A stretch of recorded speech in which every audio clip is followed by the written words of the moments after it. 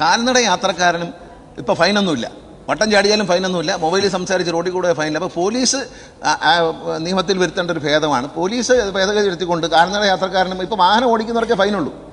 തോന്നിയ പോലെ road cross ചെയ്യുന്നവർക്ക്, മൊബൈൽ സംസാരിച്ച് വട്ടം ചാടുന്നവർക്കൊന്നും ഒരു ഫൈനുമില്ല. അതിന് ഫൈൻ ഏർപ്പെടുത്തണം എന്നാണ് വ്യക്തിപരമായി എനിക്ക് തോന്നിയിട്ടുള്ളൊരു കാര്യം. കുറേ എങ്കിലും അപകടം കുറഞ്ഞു കിട്ടും, കാരണം വന്ന് കയറുകയാണ്. അത് നല്ലൊരു കാര്യമാണ് ഗണേശേട്ടാ നിങ്ങൾ പറഞ്ഞത്.